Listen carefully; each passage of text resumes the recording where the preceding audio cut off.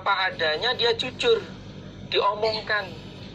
Nah, itu namanya wasodako. Dia tidak mengurangi timbangan, itu masuk pada ittaqullah. Nah, itu nanti di hari kiamat mereka tidak akan dikumpulkan dalam keadaan fujaron. Bila mana tiga hal ini dilanggar, dia tidak bertakwa kepada Allah, contohnya mengurangi timbangan, dia tidak berbuat baik, kemudian dia tidak jujur, bohong, menipu, maka di hari kiamat nanti dikumpulkan dalam keadaan orang yang sangat durhaka. Dari hadis ini bahwa yang pertama, jual beli di pagi hari. Nanti hadis berikutnya akan didoakan, jual beli. Yatabaya'una bukratan. Yang kedua, ketika kita memberikan arahan nasihat kepada seseorang, maka audien harus dalam keadaan memperhatikan, mendengarkan, fokus. Ya ma'syatujar falamma rafa'u absarahum wa maddu a'naqahum qala. Begitu sudah ada perhatian, baru Nabi menyampaikan. Jangan ketika audiennya orang yang diberitahu itu belum siap, nah kita ngomong, nggak ada perhatian. Seperti kemarin dalam kitabul haji, ada salah satu sahabat diperintahkan untuk menyuruh diam kepada sahabat. Nah, begitu mereka sudah diam, ada perhatian, lalu Nabi berkata. Yang kemudian yang ketiga adalah hukum. Bagi orang atau pedagang yang tidak bertakwa kepada Allah, yang tidak berbuat baik, yang tidak jujur, maka besok di hari kiamat dikumpulkan dalam keadaan sangat durhaka. Berarti rugi sekali bagi orang atau bagi seorang pedagang di situ tidak bertakwa kepada Allah, mengurangi timbangan, mengurangi takaran, kemudian dia tidak jujur, dia tidak berbuat baik, rugi. Maka bagi bapak, ibu, para saudara jamaah atau yang ma'isyahnya berdagang, ini supaya bertakwa kepada Allah, supaya berbuat baik dan supaya jujur. Mudah-mudahan Allah paling manfaat dan barokah. Haddatsna Yaqub bin Ibrahim ad-Dawraqi, haddatsna Husaim, haddatsna Ya'la ibnu Atha an Umarah bin Jadidin an Sakhrin al-Ghamidiyyi. Qala berkata Sakhr, qala bersabda Rasulullah sallallahu alaihi wasallam, Allahumma ya Allah, barik, semoga memberi barokah engkau li ummati, bagi umatku, fi bukuriha, di dalam paginya umat. Rasul berdoa, mendoakan kepada umatnya, ya Allah, berilah barokah untuk umatku di pagi hari. Berarti bila mana kita ada beraktivitas, berangkat bekerja, baik itu ke kantor, ke sekolah, ke pabrik, ke pasar, atau kemana saja di pagi hari itu, mendapatkan doa barokah dari Nabi. Barokah itu banyak kebaikannya. Banyak kebaikannya. Qala, ya salah satu contoh atau ketika Nabi itu mengutus ini. Qala bersabda, qala berkata sapa Sakhr, wa kana, dan ada sapa Nabi, idza ba'atha, ketika mengutus sapa Nabi, sariyatan, pada bala tentara. Sariyah itu adalah pasukan tentara yang jumlahnya kurang lebih 400. Dan biasanya Nabi tidak ikut dalam syariah tersebut. Au jaishan, atau pasukan perang. Kalau jaish lebih besar jumlahnya, lebih dari 400 jaish. Ba'atsahu, maka mengutus sapa nabi pada mereka sariyah atau jaishan awalan nahari, pada permulaan siang. Permulaan siang berarti pagi hari.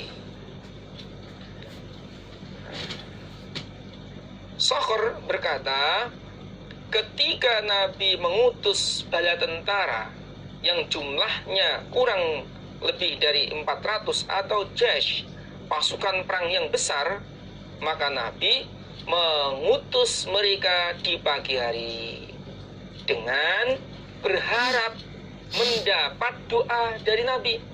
Jadi doa Nabi itu sekali berdoa, maka untuk selamanya. Allahumma barik li ummati fi bukuriha. Ya Allah, berilah barokah untuk umatku di pagi harinya. Nah, berarti kalau kita beraktivitas di pagi hari, niat atau mendapat apa yang kita lakukan, apa yang kita kerjakan di pagi hari, maka mendapatkan doa barokah dari Nabi. Jadi hukumnya, kalau ini dimasukkan dalam Kitabul Ahkam, ya berarti semua kegiatan umat Nabi di pagi hari itu mendapatkan doa barokah dari Nabi. Haddatsna Abu Bakr bin Abi Syaibah, haddatsna Yazid bin Harun an Muhammad bin Ishaq an Muhammad bin Ibrahim an Sa'id bin Musayyab an Ma'mar bin Abdullah bin Nawflah. Qala, berkata Ma'mar, qala, bersabda Rasulullah sallallahu alaihi wasallam, la yahtakiru, tidak menyimpan atau tidak menimbun, ila kecuali khotiun, orang yang salah, maksudnya orang yang berdosa. Orang yang menimbun bahan makanan pokok adalah orang yang berdosa. Yang dimaksud menimbun ini khusus pada makanan pokok. Al-ihtikaru al-muhrimu huwa fil aqwat. Menimbun yang diharamkan itu adalah di dalam makanan pokok, khosotan, secara khusus. Nah, yang dimaksud menimbun di sini adalah di saat harga murah dia membeli, kemudian dia simpan, dia timbun, sehingga ketika di pasaran tidak ada barang lagi dan konsumen sangat membutuhkan barang tersebut, sehingga harga menjadi mahal, kemudian dia keluarkan, dia jual dengan harga yang mahal. Nah, itu namanya menimbun yang dilarang. Berarti hukumnya menimbun bahan makanan pokok, kemudian dia jual di waktu yang mahal dengan harga yang mahal, harga yang sulit, maksudnya di zaman keadaan yang keadaan yang langka, barang langka, kemudian dia jual dengan harga yang mahal, maka itu hukumnya haram, hukumnya dosa, berarti nggak boleh. Haddatsana Hannad, haddatsna Abd bin Sulaiman an Muhammad bin Amr an Abi Salamah an Abi Hurairah qala, berkata Abu Hurairah, naha, melarang Rasulullah sallallahu alaihi wasallam an bai'ataini, dari dua jual beli, fi bai'atin, di dalam satu dagangan. Rasul melarang satu barang dagangan dengan dua harga. Penjelasannya ini dalam kelanjutan dari Tirmidzi ini. Ini saya bacakan bacanya. Ini babnya babu maja'a fin nahyi an bai'ataini fi bai'atin. Haditsu Abi Hurairah haditsun hasan sahih. Hadisnya Abi Hurairah ini adalah hadis hasan sahih. Wal amalu ala hadza inda ahli ilmi wa qad fassara ahlul ilmi qalu bai'ataini fi bai'atin ayyakula abi'uka hadza thawb abi'uka fi hadza thawb bi naqdin bi asyaratin wa bi nasi'atin bi ishrina wa la yufariquhu ala ahadil bai'aini fa idza faraqahu ala ahadima fala ba'sa idza kanatil uqdatu ala ahadin minhuma. Yang artinya dari Abi Hurairah, dia berkata Rasulullah Shallallahu Alaihi Wasallam telah melarang dari 2 syarat dalam satu transaksi jual beli.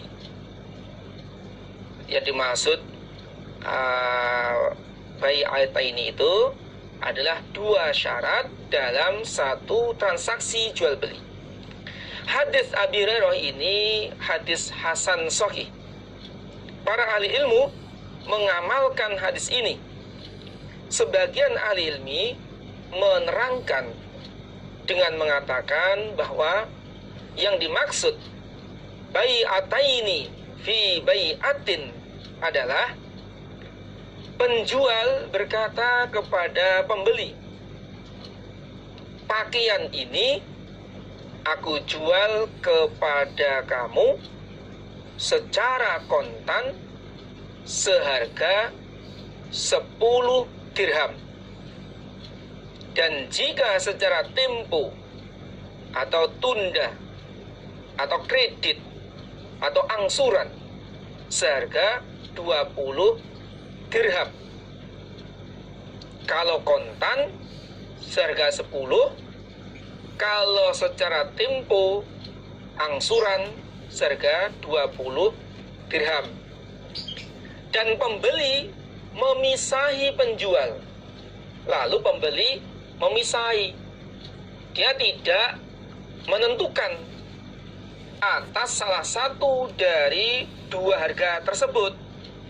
Padahal keduanya sudah setuju dengan 2 tawaran itu atas penjualan tersebut. Nah, itu yang dilarang. Ketika pembeli memisahi penjual dengan menetapkan, ini kata kuncinya, ketika pembeli memisahi penjual dengan menetapkan atas salah satu dari 2 harga tersebut, maka tidak bahaya. Berarti boleh, oh ya, saya pilih yang tunda, yaitu 20 dirham. Maka itu berarti sepakat. Nah, itu yang diperbolehkan. Nah, berdasarkan hadis dan keterangan di atas, maka yang dimaksud larangan 2 syarat dalam satu jual beli di antaranya adalah bila penjual dalam akadnya mengatakan, saya jual barang ini kepada kamu secara kontan dengan harga sekian. Dia menentukan harga sekian, misalkan 100. Sedangkan jika dibayar secara hutang atau tempo atau kredit dengan harga sekian, lebih tinggi daripada kontan. Kalau ini kamu kontan 100, kalau ini kamu tempo, maka 150. Kemudian pembeli setuju. Kemudian pembeli setuju dengan akad tersebut. Lalu dia menerima barang dengan belum menentukan 2 syarat